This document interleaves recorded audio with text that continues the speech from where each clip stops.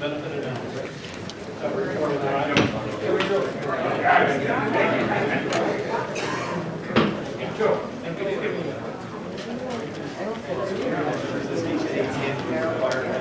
To a number of things with respect to the cost benefit analysis on 7 environmental document. Previous version of the bill required us to incorporate the cost benefit analysis into the environmental document and respond to all the comments. As Caltrans, as lead agency for the project, has incorporated the CBA into the environmental document, and we have committed, always committed to responding to comments that are submitted on it. The new version of the bill would almost take a different path by requiring Metro to hold separate hearings on the CBA as a standalone document, and then respond to comments on the CBA as a standalone document. The bill was considered in the Senate Transportation and Housing Committee on Tuesday. The committee held the bill, but asked us to meet with the senator to see if we could find a way to create more opportunities for input on the document. We are working with our office to set up such a meeting. We will do that in coordination with Caltrans, but we are recommending that the board continue to oppose the measure. It is an urgency bill and can be brought back at any time, but we would meet with the senator to see if we could create any such opportunities for comment going forward. And the reasons for the recommendation are? It's an urgency bill, and the committee said they could bring the bill back. I mean the reasons, the policy reasons for the. Oh, well, first of all, it takes the CDA out of the environmental process. So the first version of the bill told us to incorporate it. We did that. Now this would almost treat it as a separate attachment to the environmental document when there are 24 separate documents, number one. Overall, there's a concern that this is legislation intervening into an ongoing environmental process. This is not the only project we have going forward around which there is controversy. And to have a legislature intervene and essentially change the rules during that process, we believe is without precedent and not something that should be supported. Okay, we have a number of people that wish to address this. I know Director Najarian, you want to hear from the public first before you speak? Yes. Okay, thank you. We'll hear first from Carol Kramer, followed by Nancy Vandenhout, followed by Joanne Knuckles, followed by Jan Suhu, followed by Joe Cano, and there are others after that. Carol Kramer? Hi, I'm Welcome. Carol Kramer, here on behalf of the No 710 Action Committee, and I've marked my speaker card incorrectly. I oppose your opposition to SB 1018. Instead of wasting money on an unwanted, high-polluting, traffic-congested 710 freeway trucking tunnel, that money could be better spent on a transit tunnel for the Crenshaw line. One-third of the 710 project is in LA, and the cost of that section is the same as needed for the Crenshaw section below ground. It is shameful to see money wasted on something so damaging and archaic and not used for the betterment of the residents and businesses of Crenshaw. Please remove the 710 from the LRTP, or we will actively campaign against Measure R2. Thanks. Thank you. Nancy Vandenhout?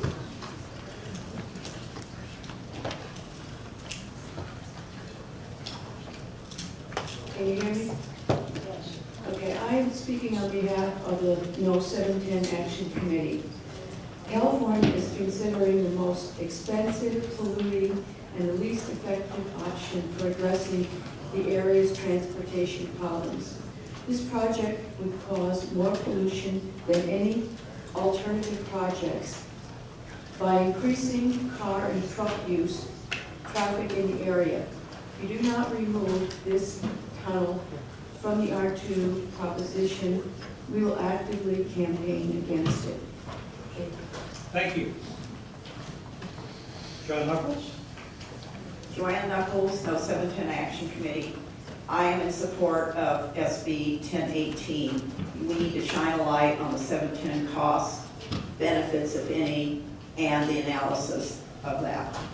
The SR 710 tunnel alternative simply can never be built. The formal opposition of the three principal corridor cities, which have formal resolutions against the project, Pasadena, South Pasadena, and Los Angeles, precludes lawful construction of the tunnels.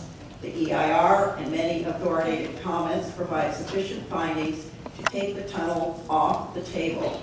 In particular, AQMD and the US EPA declare the tunnels a public health risk.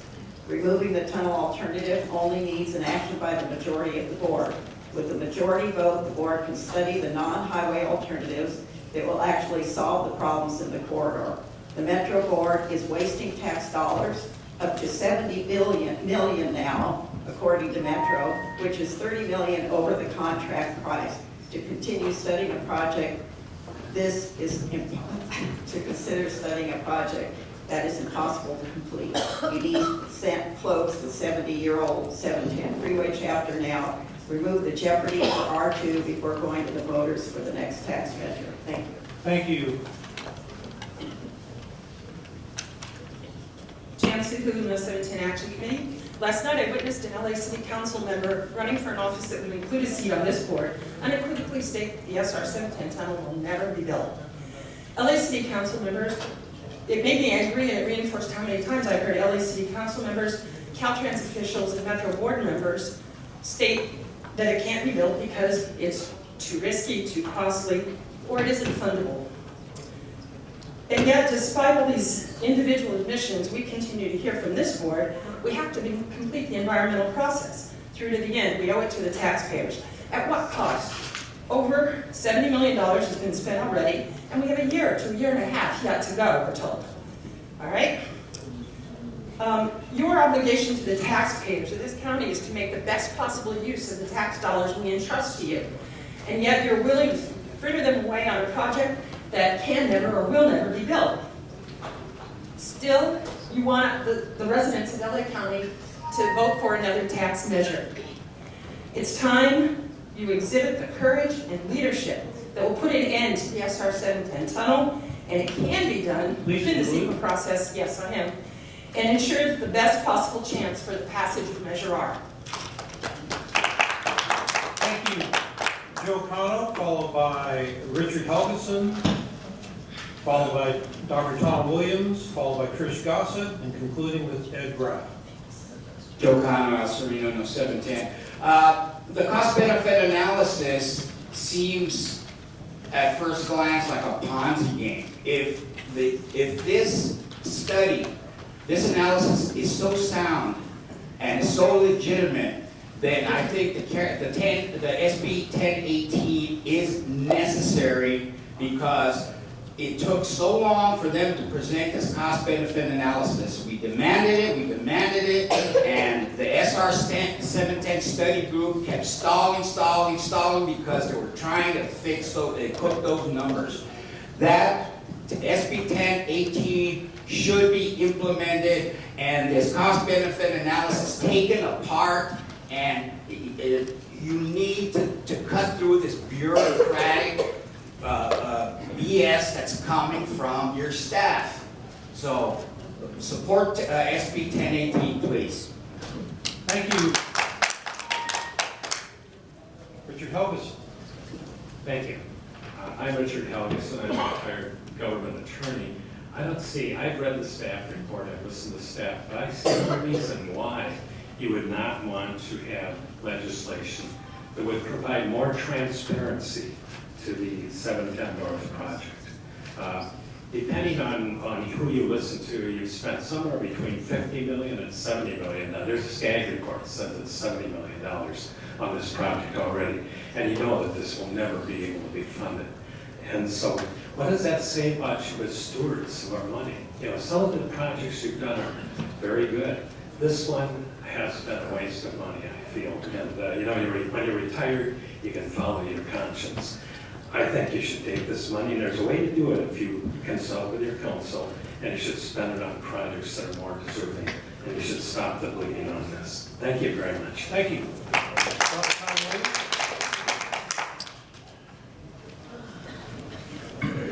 Dr. Dr. Tom Williams, Citizen Coalition for a Safe Community, LA 32 Neighborhood Council, and a few others. Basic issue, public participation. 40 years ago when I did my first EIR, we didn't know what that meant. But here is an opportunity to take a controversial, very difficult to understand project as to what the costs are. Last night, one person said 5 billion, another person said 10 billion, another person said 15 billion. My appraisal would be roughly around 12 billion. Billions. So what's the problem with taking a little bit more time and getting it right and making sure that the people that are going to have to deal with it for the next 40, 50, 100 years will have some confidence that what was done was right for us. Thank you. Thank you. Trish Gossett? Good morning, Board. I'm Trish Gossett from Los Angeles and a member of the No 710 Action Committee. As we all know, there is a Los Angeles resolution against the 710. I don't know why we're still talking about this. Barbara Messina of Alhambra has everyone thinking that the portal is going to be in Alhambra. You know it's not. We know it's not. It's in El Sereno, which is in Los Angeles last time I checked. So I don't even know why we're still talking about this.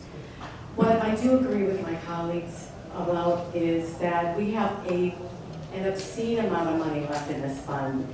We have about $740 million left in the 710 tunnel study fund.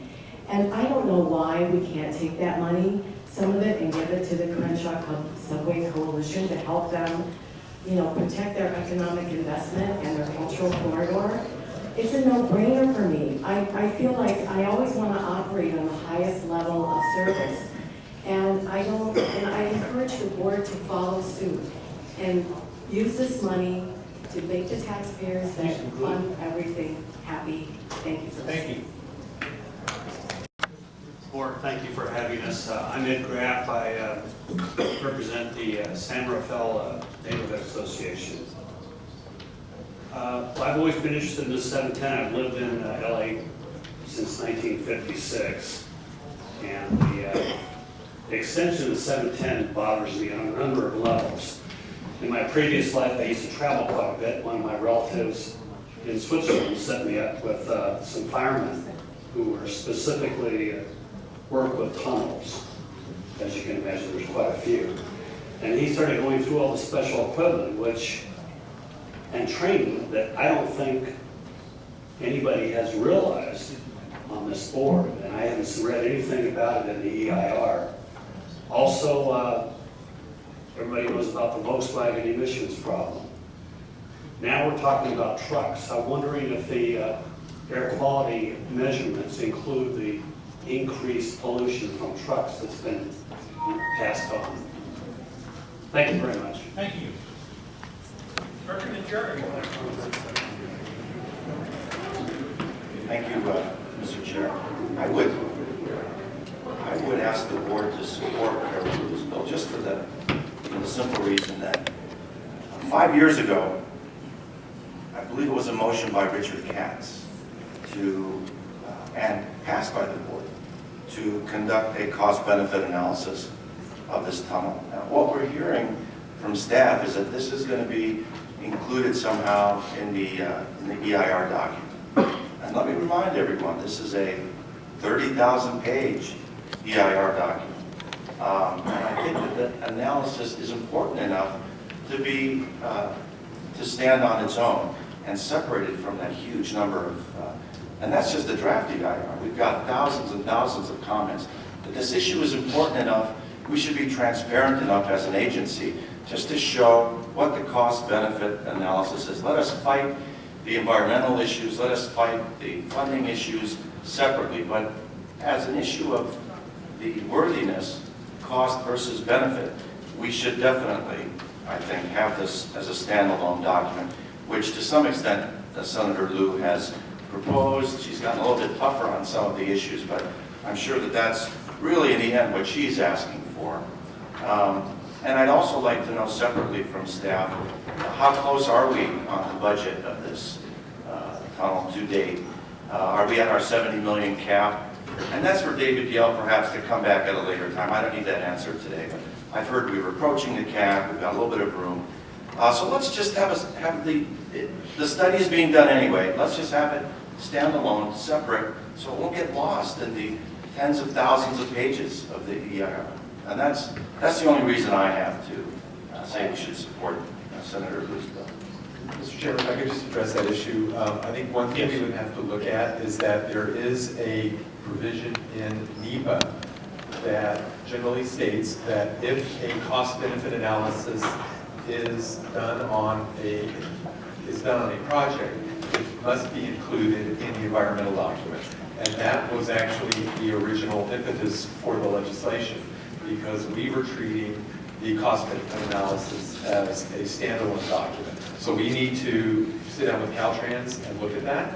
I think in the course of working with the senator, what we want to figure out how we can do is incorporate additional process or public comment or opportunity to comment on the CBA while still respecting the validity of the environmental process. But one piece of it is this requirement in NEPA that says if a CBA is done, it must be a part of the environmental document. So there is that requirement, and we have to figure out a way to create this process within that requirement. But just to follow up, so when would the public have a chance to comment on the analysis if we're only going to get it when the final EIR comes out? Well, yeah, part of the problem stems from a concern about the cost-benefit analysis not being released at the same time as the rest of the environmental document. And so there is that basic concern. The normal course of comment on the CBA would be through the environmental process, but generally what we're hearing is that that is not sufficient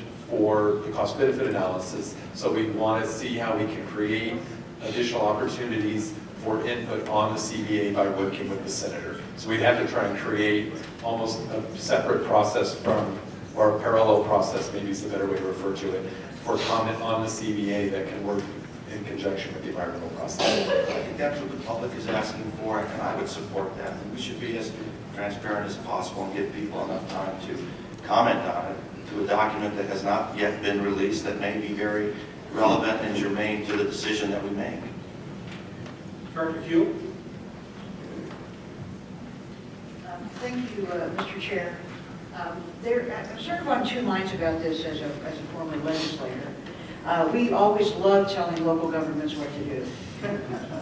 You know, have more hearings, put more people on your board. I mean, there's a whole flurry of bills in Sacramento now kind of aimed at MTA, aimed at the supervisors, aimed at local cities. You know, it's easy to do. And in this case, I think it's, you talk about transparency, there are some people on this board that don't want the tunnel. And I feel like there's been very good discussion about it, and we might have some real opportunity down the line after we get all of the analysis done. I don't know. I think that there are others, including people in Sacramento, that are for the tunnel. And one of the reasons I see, and I'm just going to say this because this is often what I do, is that this is it's a way to keep it kind of going and be under discussion. So I don't know whether I want to help Carol do that, to tell you the truth. Because in a way, it stretches it out and keeps the 710 more real. So it's great, all of our great advocates, they'll have more months of coming to hearings, more months of saying we don't want it, and feel like, they're participating, which you are. And it's a wonderful thing. I don't know whether this bill does anything to help those who oppose the tunnel, to tell you the truth. It just looks like, let's have more hearings. So I personally am not, I don't need to vote in favor of opposing the bill. I always like the work with author option, because if the author has indicated, well, maybe, I'll do it this way or do it that way, ultimately the decision's going to be up to us. This is the forum. And frankly, it's getting, I think, a pretty good airing every month in this forum. Certainly, I'm very well informed, and I think a lot of people feel there's a lack of transparency, but the truth is, we get a lot of information, we consider it, we're not necessarily allowed to telegraph how we're going to vote because nothing is finished yet. And so to say I'm going to vote this way or that way, I don't usually do that. But I think in this case, there's a lot of high feeling about this bill. I don't feel like I absolutely have to oppose the bill right now. Maybe work with author might be a better approach. But I haven't spoken with my colleagues about it, so I don't know how they feel. Okay, additional comment? We have the staff recommendation. I will second. Is there additional discussion? Okay, I'll speak at this point. I will say that I think there's a lot of truth that there's always a desire for transparency, but I think that you can change and adjust the process so much you can end up with obfuscation as well. It doesn't always help transparency. This has been discussed for a number of years. I think, as has been mentioned, there are a number of people who do not want the tunnel. There are some that also do want the tunnel. I think we also have to be mindful, though, that we have a $125 billion program that we're talking about doing, and having constantly moving procedures and making exceptions doesn't really set a very good precedent for the program that we want to move forward as well. There are other projects in this county that people have concerns about, some of which are in our program, and we'll have concerns about. So I think from the standpoint of looking at CEQA overall, it's best to stick with the current policy. The issue about whether to support the freeway or oppose the freeway, and I have freely admitted before that I'm a supporter. I also supported the Ducks and the Kings and the Clippers.